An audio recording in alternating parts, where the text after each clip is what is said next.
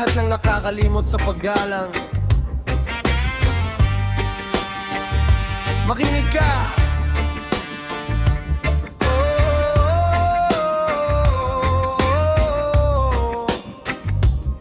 Bakit ang dila mo'y parang matalim na kutsilyo? Lahat ng makita mo gusto mong laitin ng todo.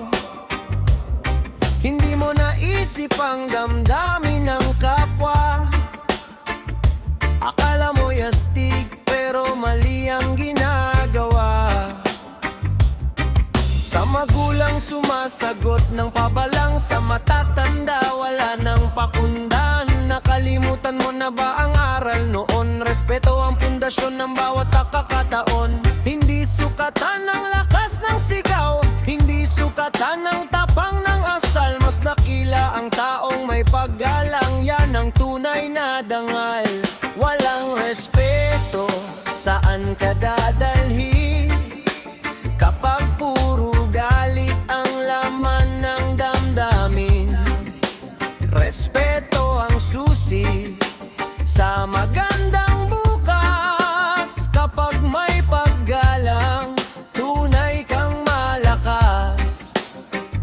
Walang respeto, wala ring pagkakaisa.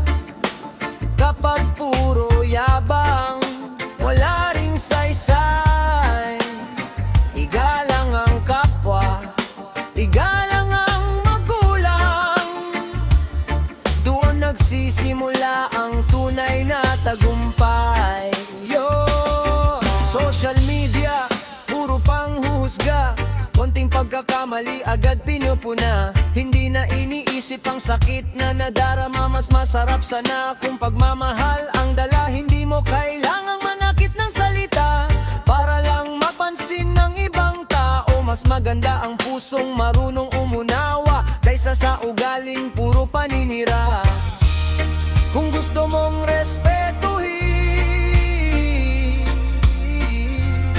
matuto ka ring rumespeto. Oh, kung gusto mong mahalin,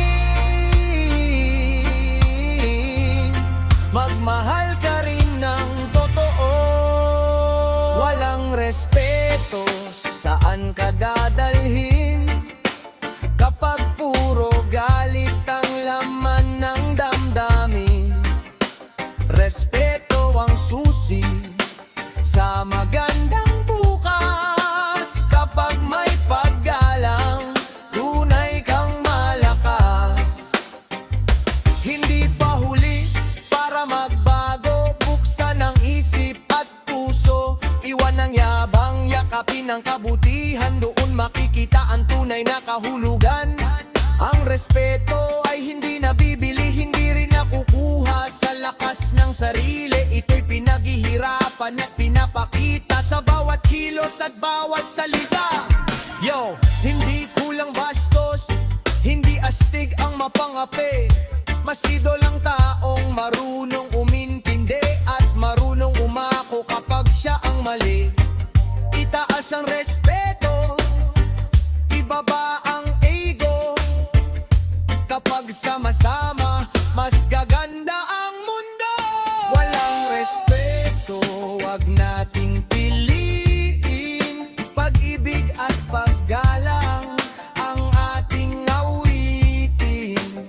Magulang at kapwa, ating palagahan para sa mas maliwanag na kinabukasan.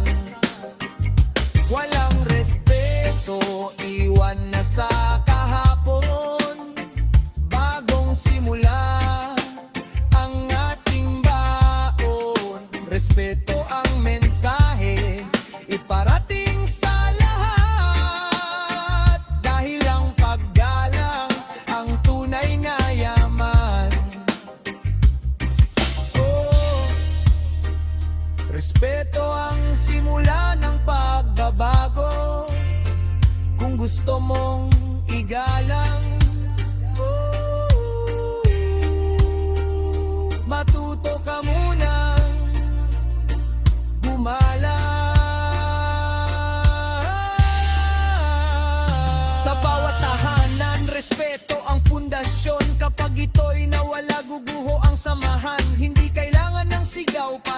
pakinggan. Kababa ang loob, ang tunay na sandigan.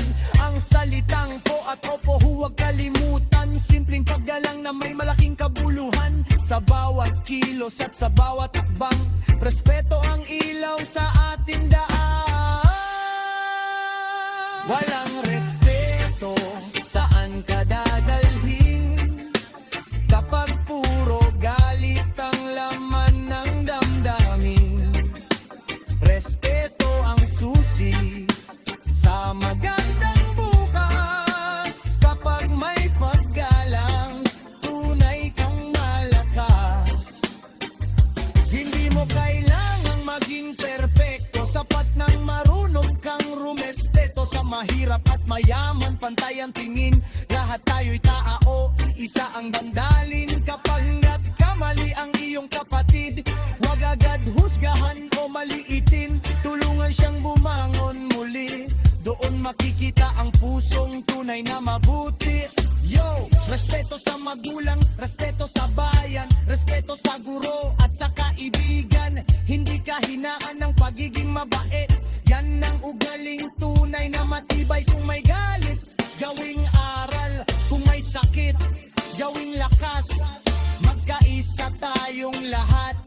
Respeto ang ating armas. Walang respeto, wag nating piliin. Pagigit at paggalang ang ating awitin.